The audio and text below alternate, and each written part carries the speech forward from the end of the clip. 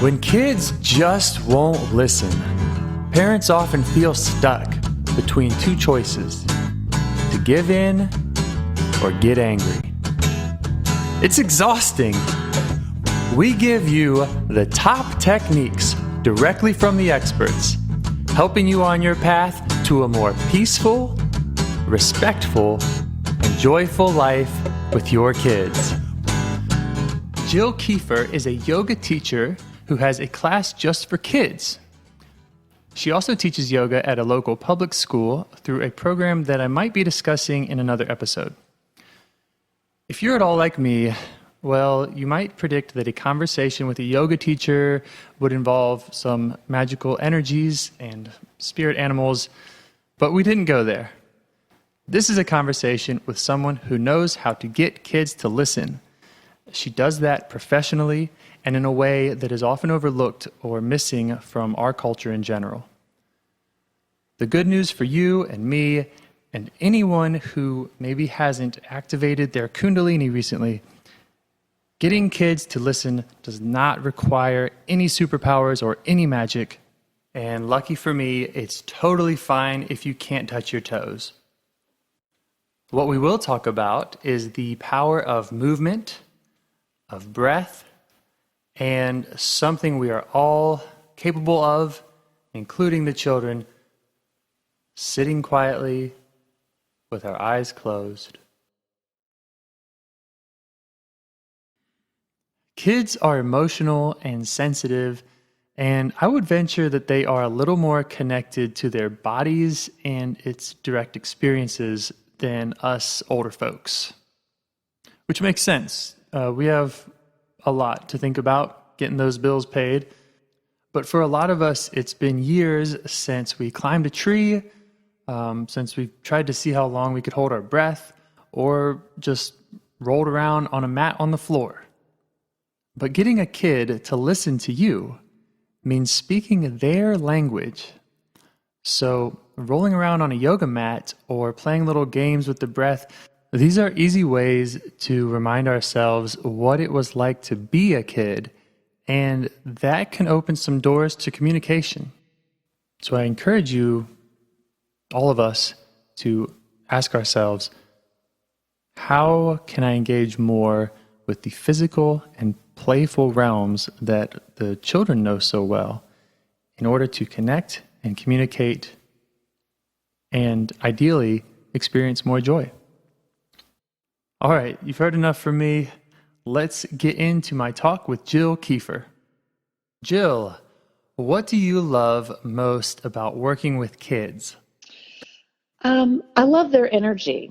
I enjoy being with them and being in that environment. They inspire me. I learn a lot from them.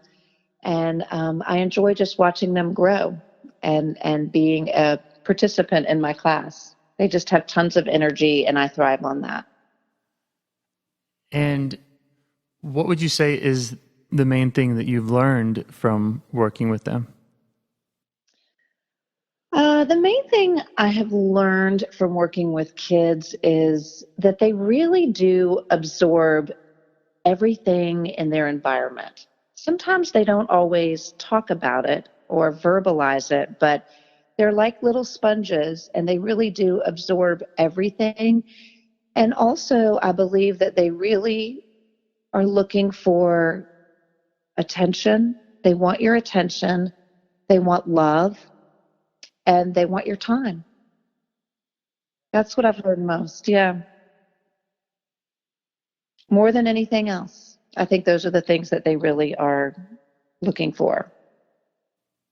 So you've been working with mostly elementary age kids, although some older kids, in a yoga studio, and you've also worked in schools, but your main thing now is in a studio outside of schools.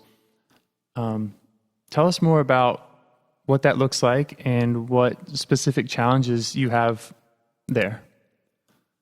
Yes, of course. I do teach a Saturday morning yoga class for children aged 6 to about 10.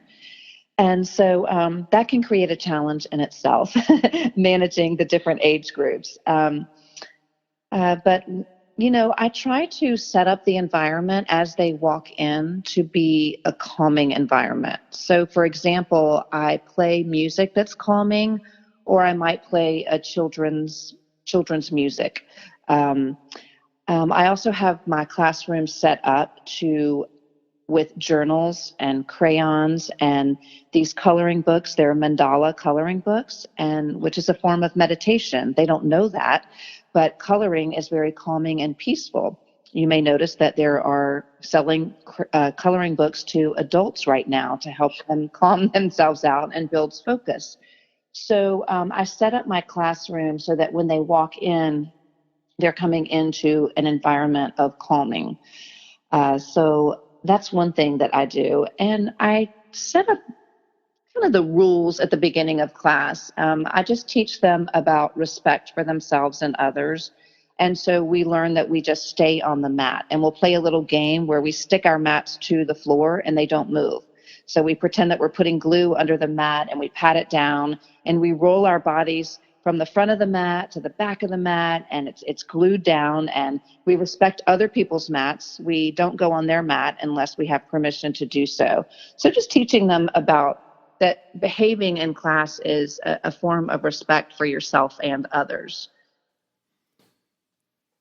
And the classes that you have, how many kids are there, and are there parents in the room with you, making sure that they're following all your directions? Or No, they are not. The parents are not in the room. It is just for the kids. Sometimes the parents ask if they can join, especially if their small child is upset or afraid to go in, and I'm welcoming to that. But generally, no, the parents are not in there. Um, the ages are 6 to 10. I can't remember the first question you asked me. well, I was also wondering how many kids you have. Oh, yes, that's very interesting because it varies from week to week. Some weeks will have as few as six, and others, I think the most kids we've had at one time is 30. And I do have an assistant, which is very helpful. Um, so I can continue teaching when something goes awry in the classroom. So it's very nice to have an assistant with that many kids. But we usually have an average of, I'd say, 15 to 20 kids in the class every Saturday morning of all different age groups. So that does present quite a challenge.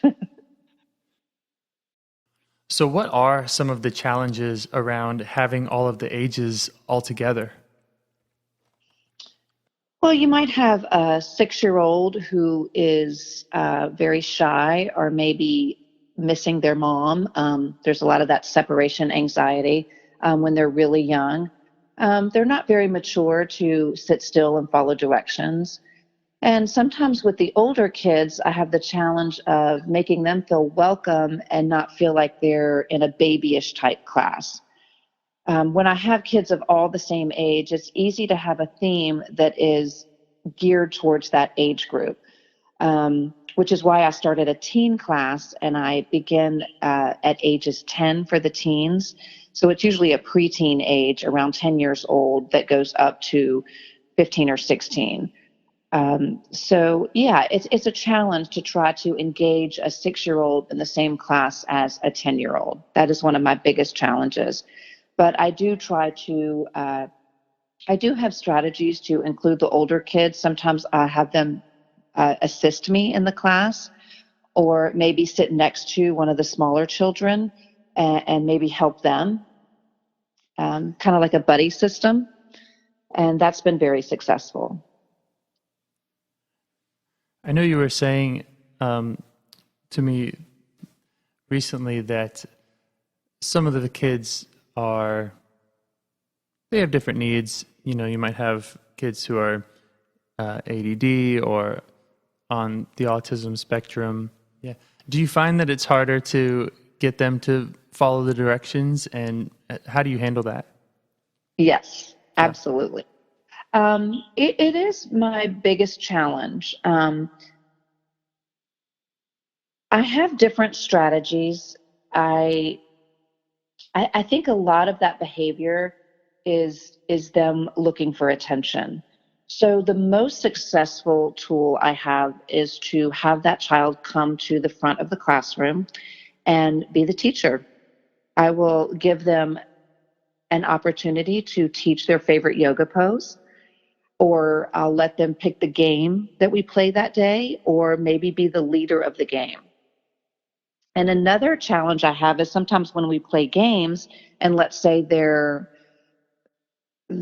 are out, if you will. I try to not to stress that you're out, but more instead of saying you're out, sit down, you can't play anymore. I'll say, well, why don't you come to the phone and you can be the music coordinator now. So you get to start and stop the music when we're playing musical chairs. So I still have them participate.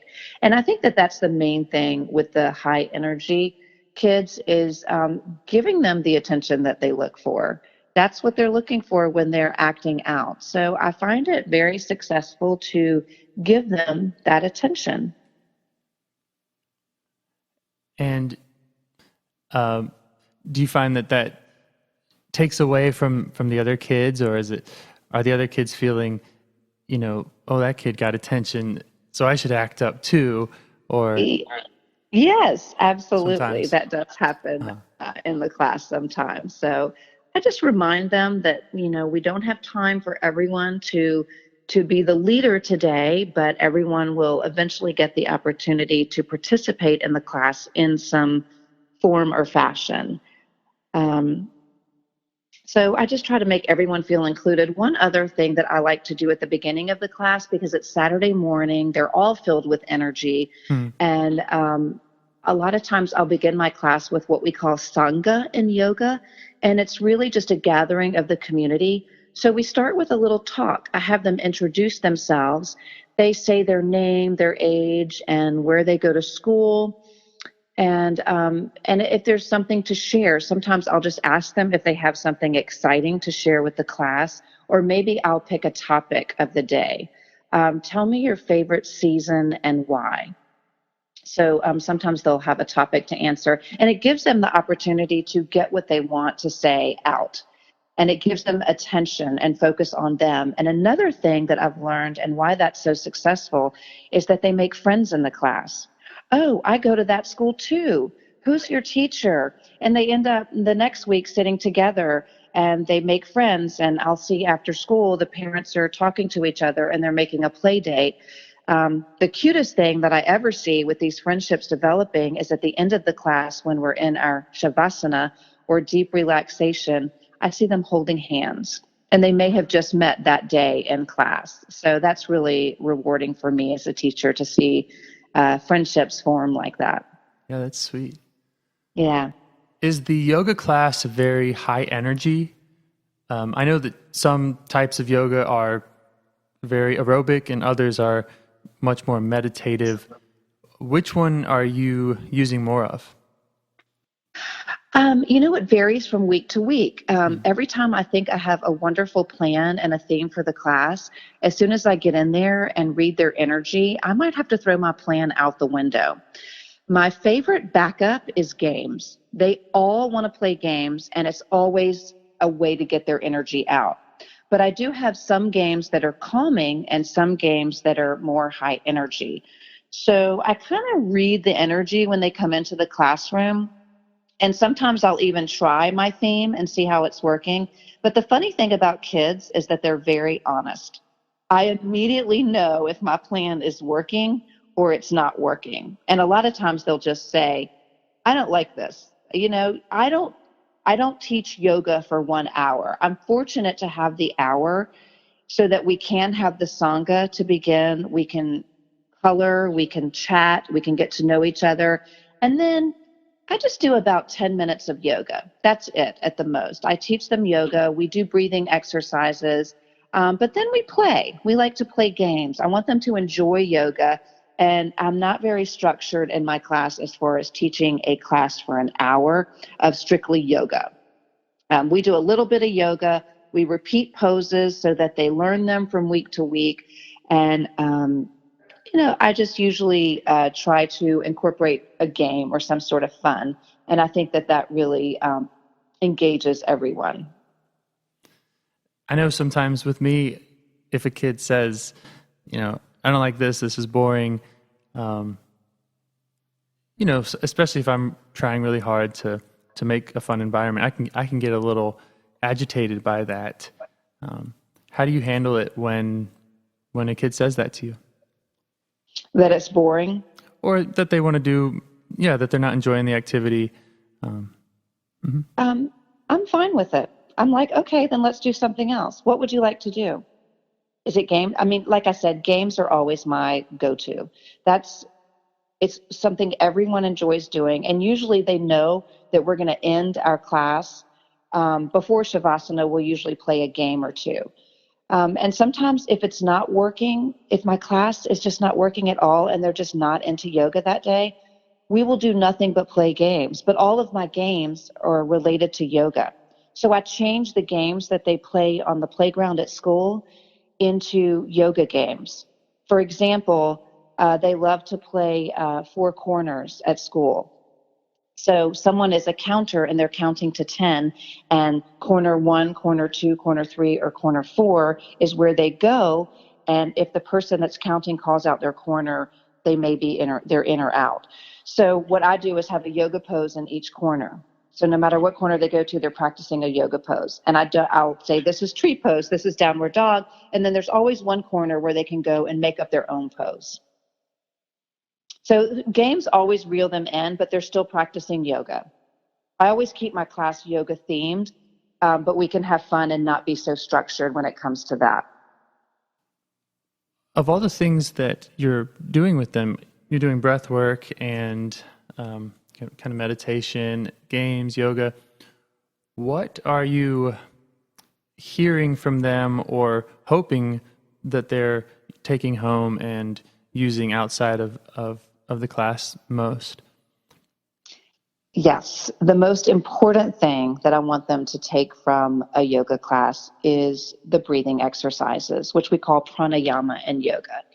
It is the most important thing. It's the tool that they have within them that they can have to calm themselves down.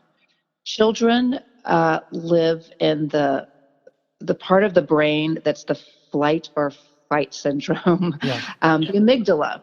So, the prefrontal cortex, which is your rational brain, is not fully developed until they're 24 years old. So when a child is throwing a temper tantrum, you cannot rationalize with that child. You cannot calm them down. But if they know how to take a deep breath, they can calm themselves down. So we focus a lot on breathing exercises and we make them fun. We act like animals or monkeys. We have monkey breath. We have lion breath. We have breath of joy. So again, we're not just sitting there breathing. That would not hold their attention. So we make our breathing exercises fun.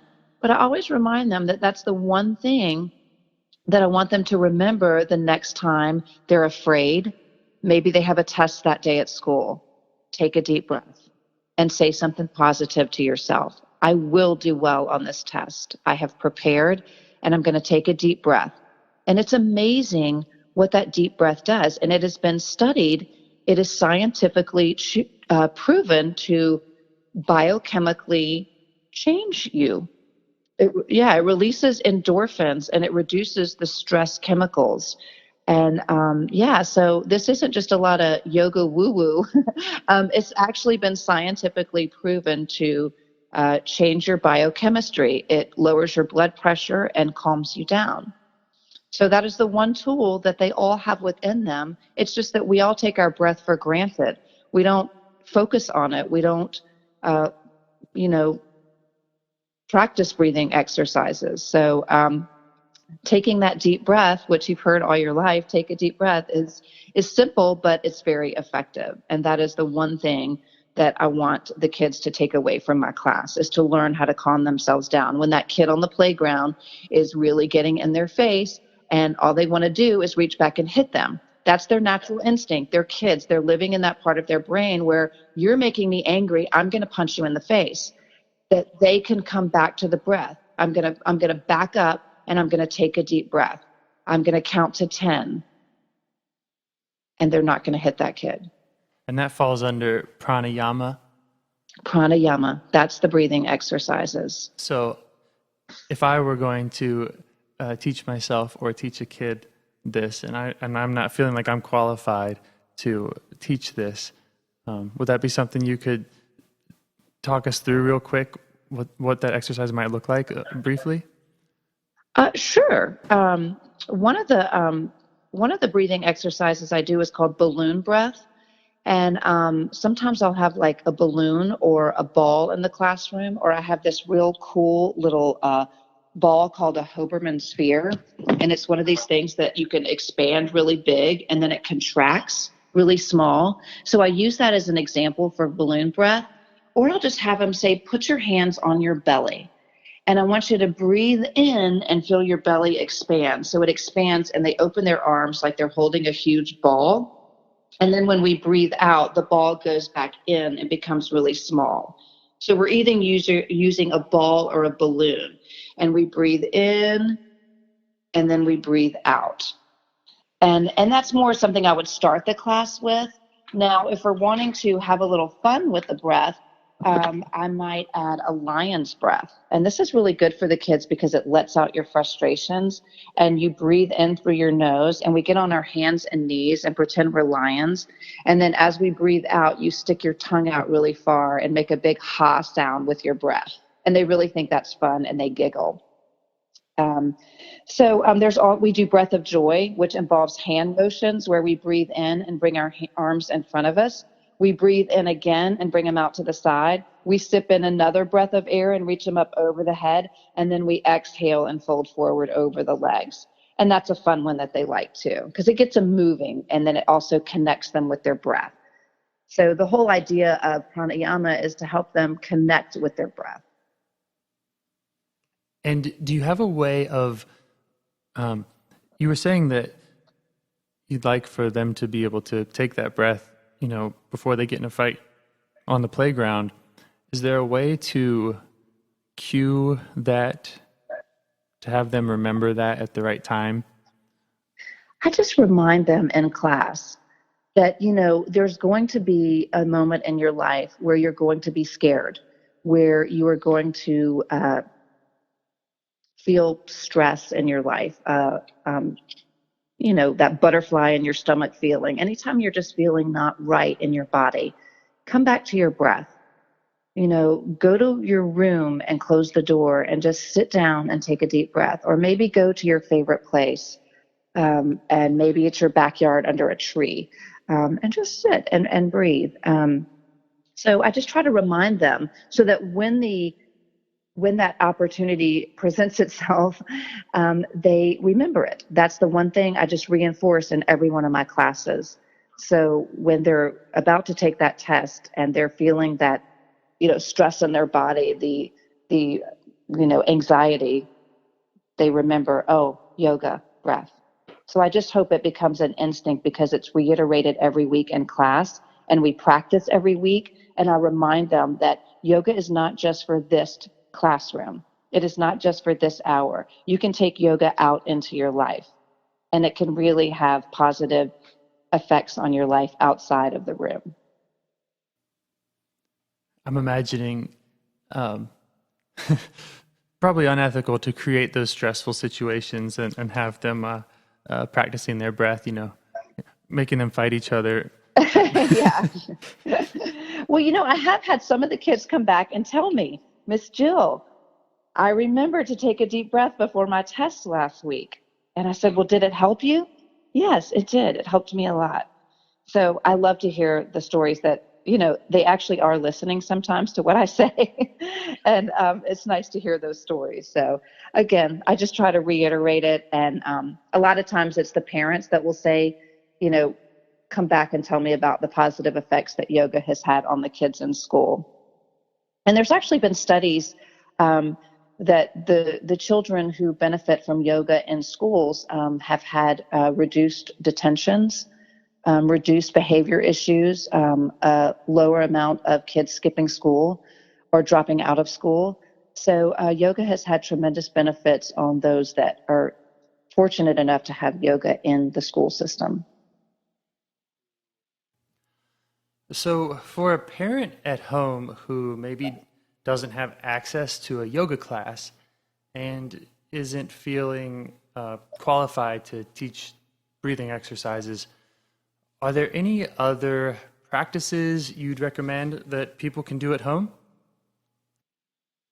Yes, absolutely. Absolutely. I would say to parents at home, um, don't try to interfere when they're in the middle of a temper tantrum. A strategy I would use with my own kids is, you know, I understand that you're upset and I can see that you're upset. So I just want you to know that as soon as you're finished, I'm going to be in the other room waiting for you. And I'm ready to talk. I'm ready to hug. I'm here for you. But I'm going to let you finish because I can see that you're very upset. And that was really very successful when my kids were growing up. And another thing I used to do is when my kids were visibly upset, when they're crying so hard, they're kind of like hard to breathe, I'll just go and give them the biggest hug. And I will just hold them and hug them. And I could just feel the tension in their body just melt. And so just, I didn't say anything. I just hugged them. Just, they knew I was there and they knew it was going to be okay. And just immediately I could sense the melting of the tension leaving their body. So those are two things that I love at home. Coloring, like I said earlier, give your kids a coloring book and let them color. It builds focus and concentration, and it is a part of meditation, and they don't know that. Kids love your time reading stories at home. I do some fun crafts in my kids' camp, and one is a mindful jar where you take a mason jar or even a water bottle and you put hot water and clear glue, and then I let the kids put in their own favorite color of glitter or sequins, and then you close it up and shake it up. And the hot glue allows the glitter to descend to the bottom of the jar very slowly. And they lay on their belly with the jar in front of them and just watch it go down. And so I tell them, you get to take this home and put it next to your bed. So anytime you need to calm down, you just shake your jar up and just watch the glitter go down. So that's another form of meditation That's great. for kids. Yeah. So I try to come up with some fun crafts. We make eye pillows where we put rice or beans, and I get a sock. I try to keep them very simple and inexpensive. I get a long sock and I fill it with rice and I tie a knot at the end of the sock. Well, before I tie the knot, I put lavender oil inside the sock, and then they tie it in a knot and it becomes their eye pillow. And they really love that one too. Go on. The eye pillow. Yes. When are they? How are they using that? So they're using it in our deep relaxation part of class. So we do a shavasana at the end of the class where the children lay on their back. And I play quiet music, very meditative music, and they can put their eye pillow across their eye. And the lavender oil is a very calming essential oil. So that helps calm them down. And I'll tell a story while they're laying down, and I'll give them a visualization of maybe going on a magic carpet ride. Sometimes I'll do a visualization of you're a starfish laying at the bottom of the ocean, something just very calming, taking them to another place visually to help them calm down. And then I'll even go around and either pick up their feet and swing them side to side, or their very favorite is a head massage. So sometimes we'll give them a little head massage, and and that just really makes them enjoy it. And a lot of times the kids don't get this opportunity to lay down and be still. I mean, how many opportunities during the day do these kids get to lay down and be quiet and still? And so I give them a lot of time. As I said, I'm fortunate enough to have a full hour. I start getting them down 15 minutes before class ends because it takes the kids a long time to calm down. And so by the time they're all calm and settled, we might only have 5 minutes left. So it's something I've learned over time that I need to start at 15 minutes before the class ends. so that they can truly enjoy the deep relaxation and get the benefits from it. So it sounds like your process has a lot to do with recognizing the kid's behavior and addressing it, but not necessarily interfering with it, with them when they're in a bad mood. Yeah, I try not to force participation. I'm not a school teacher, and it's not a school environment in my particular class. It's Saturday morning, and it's a private class that the parents pay for. And a lot of times the parents are next door practicing yoga themselves. So I enjoy the fact that I see families coming together on a Saturday morning doing something that's good for their bodies and their minds. And I want to always encourage them to keep coming, even the ones that are high energy. I do have some kids that are higher energy, and sometimes I have a place called a peace mat. And what I do is, after a couple of warnings, I always start with a warning or two for those that might not be listening. And I'll say, okay, this is your third warning, so I'm going to have you go to the peace mat. So it doesn't sound like a punishment. A peace mat actually sounds like a pretty nice place to go, if you ask me. So I say, go to the peace mat, and I want you to take a couple of deep breaths. And when you're ready to come back and participate in the class, I would love to have you come back. And a lot of times that works.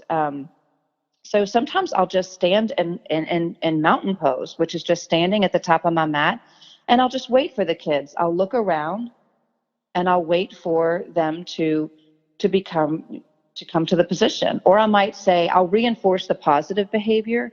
Instead of focusing on those that aren't participating, I might say, I love the way Jenny is in mountain pose and ready to practice. And sometimes that'll get their attention, like, oh, I want to be called out for being good and listening. So that has worked well for me. And sometimes, like I said, I establish rules at the beginning of the class. I'll say, okay, this is our chime, a nice little chime, and I ring the chime, or you can ring a bell.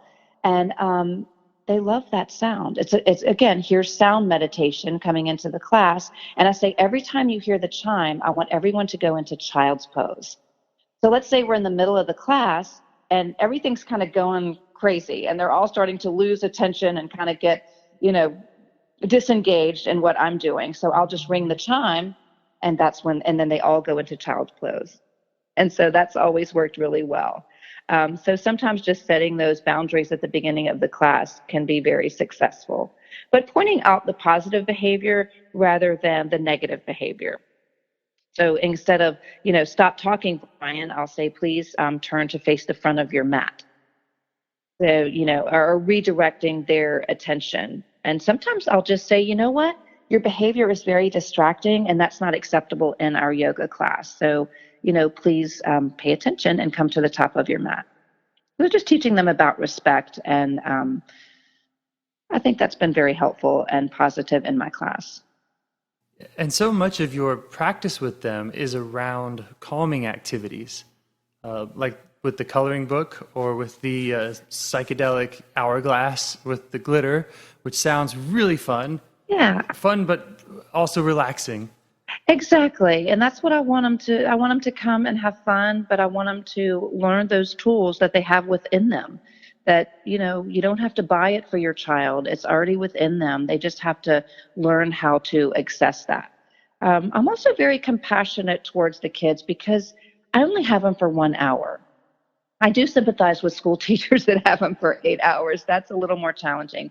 I can do anything for 1 hour. And you never know what that child is dealing with at home or other aspects of their lives. They could have anxiety, feelings of being out of control. Those types of angry emotions often play a role in bringing about that challenging behavior. So it's often a coping strategy for them to act out and misbehave. And a lot of times in school, they're labeled as the problem child. They're used to being reprimanded, and which only causes more rebellion, in my opinion. So I do set up boundaries in the class. I let them know what's coming up next. But then I'll hand over some of the control to create a safe environment. And sometimes that can alleviate the anxiety and lead to more cooperative behavior in the child. So I just try to respect the child and what they're going through and what they may be dealing with outside of the classroom.